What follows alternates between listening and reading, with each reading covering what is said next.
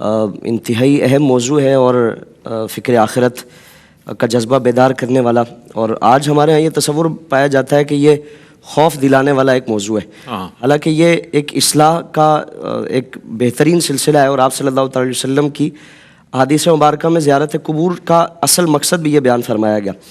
تو بنیادی طور پر اگر ہم دیکھیں تو عذاب قبر کے اسباب میں سے سب سے بنیادی سبب کسی بھی گناہ کا ہونا اس کی نحوست ہے، اس کی بے برکتی. انسان جب اس گناہ میں مبتلا ہوتا ہے تو اسی وقت سے اس کا آغاز ہو جاتا ہے، یعنی دنیا میں بھی اس کے برے اثرات، وہ نتائج اس پر مرتب ہوتے ہیں، اور اس کی زندگی میں قدم قدم پر اس کی نحوستیں اس کے سامنے آتی ہیں، اور اصل جو اس کا نقصان ہے وہ تو آنکھ بند ہونے کے بعد اس کا آغاز ہوتا ہے. تو عذاب قبر کا سب سے بنیادی جو سبب ہے، کسی بھی گناہ میں انسان مبتلا ہوگا تو یقیناً وہ اللہ رب العالمین کی بارگاہ میں اس کا سخت مواخذہ، اور اس کا جو اصل مواخذے کا سلسلہ ہے وہ قبر کے بعد سے آغاز ہو جاتا ہے. پھر بعض مخصوص اعمال کو حدیث مبارکہ میں بیان فرمایا گیا، جس طرح صحیح بخاری شریف کی اور سنن نسائی کی حدیث مبارکہ کی اس سے پہلے اس کا ذکر ہوا. 3 چیزوں کو آپ صلی اللہ علیہ وسلم نے بیان فرمایا. ایک چغل خوری سے متعلق فرمایا، مسند امام احمد بن حنبل کی روایت میں غیبت سے متعلق فرمایا، اور پیشاب کے قطرات سے نہ بچنے کی جو ایک عمل بد ہے اس سے متعلق فرمایا کہ جو ان قبور میں مردوں کو عذاب دیا جا رہا ہے ان اعمال کی بدولت، ان چیزوں سے بچنے نہ گریز کرنے کی وجہ سے اللہ تعالیٰ نے ان کو عذاب میں مبتلا فرمایا. اس میں ہمارے لیے یہ بھی سبق ہے، آپ صلی اللہ تعالیٰ علیہ وآلہ وسلم نے فرمایا کہ یہ ان چیزوں کو ہلکا سمجھا کرتے تھے. یعنی آج ہمارے اور آج بھی ایسا ہی ہے. یقیناً ہم کئی ایسے اعمال ہیں کہ جن کو ہم یہ سمجھتے ہیں کہ یہ تو چھوٹے موٹے کام ہیں، اللہ ویسے ہی معاف کر دے گا، ارتکاب ہو بھی جائے تو کوئی بڑا مواخذہ نہیں ہے. یہ یاد رکھا جائے کہ اللہ رب العالمین کسی بھی گناہ پر گرفت فرمانا چاہے، چھوٹا ہو یا بڑا ہو، اللہ کی بارگاہ میں کون سا عمل کتنا ناپسندیدہ ہے وہ ہم نہیں جانتے.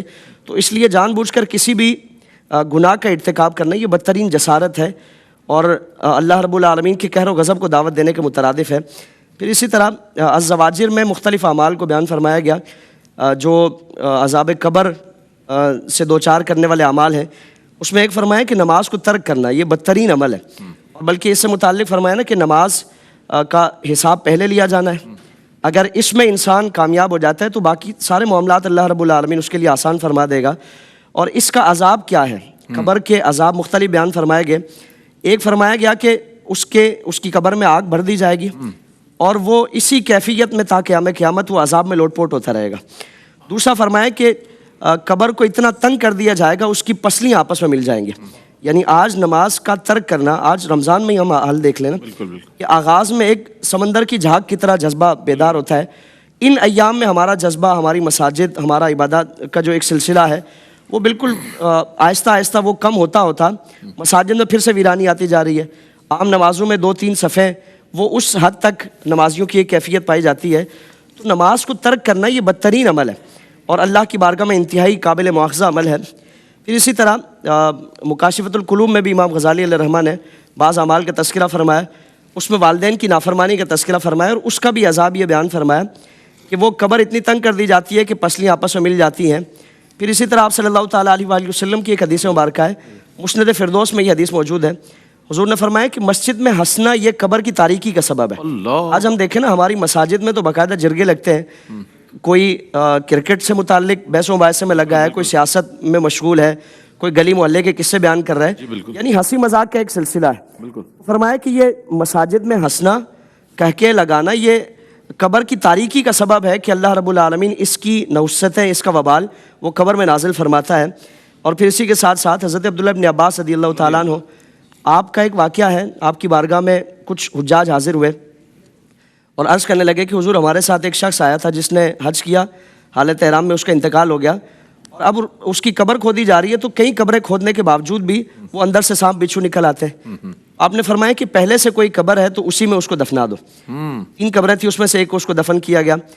اب اس کے بارے میں تحقیق کی گئی کہ یہ تو ظاہر میں یہ بڑا نمازی اور متقی پرہیزگار لگتا ہے، حالت احرام میں اس کا انتقال ہوا ہے، وجہ کیا ہے کہ اتنا بدترین اس کے ساتھ معاملہ کہ قبر جگہ نہیں دے رہی ہے. اس کی اہلیہ نے اس سے متعلق کہا کہ ویسے تو نمازی پرہیزگار تھا، ویسے تو اس کے اعمال اچھے تھے، ایک بدترین عمل ہم اپنے معاشرے کا بھی جائزہ لیں، اپنی اصلاح کریں اور اپنا محاسبہ کرنے کی کوشش کریں کہ ان اعمال کو تو ہم چھوٹا موٹا سمجھ کے ان کو کوئی حیثیت ہی نہیں دیتے، ان سے متعلق ہمارے کانوں پہ جون تک نہیں رینگتی. اس کی اہلیہ نے اس سے متعلق کہا کہ یہ غلے میں ملاوٹ کیا کرتا تھا، یہ تاجر تھا اور گندم میں بھوسا بھر کے بھوسا ملا کر اس کو فروخت کیا کرتا تھا.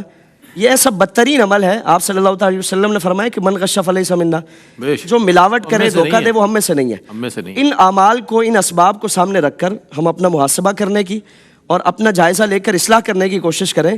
یہ رمضان کا سبق ہے، رمضان کا میسج ہے. اچھی بات. اگر ہم اس میں اپنی اصلاح کر سکے تو یقیناً سال کے 11 مہینوں میں اللہ رب العالمین اس کی برکتیں عطا فرمائے گا.